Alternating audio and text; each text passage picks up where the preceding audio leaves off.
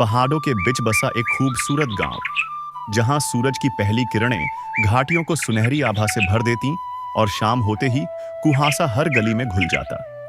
यहाँ की हवा में मिट्टी और पहाड़ी फूलों की खुशबू बसी रहती थी और दूर तक फैले खेतों में बैलों की घंटियों की आवाज गूंजती थी। रामलाल के पास 5 बीघा जमीन थी, जो उसके पूर्वजों की निशानी थी।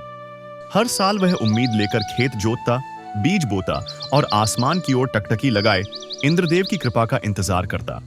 परंतु कई वर्षों से बारिश या तो बहुत कम होती या इतनी अधिक कि फसल बह जाती।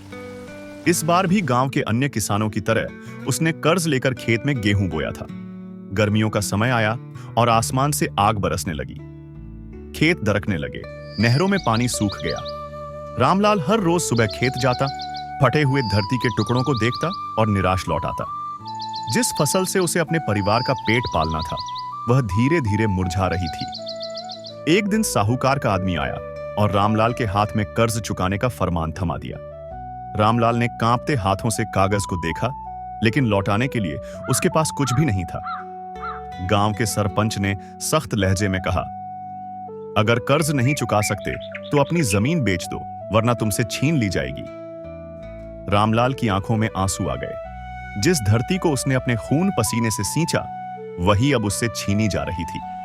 वह घर लौटा, पत्नी और बच्चों को देखा, जिनके पास खाने तक को कुछ नहीं था। वह पूरी रात जागता रहा, कभी अपने बच्चों को देखता, कभी अपनी कठोर हथेलियों को और कभी सूखे खेतों को।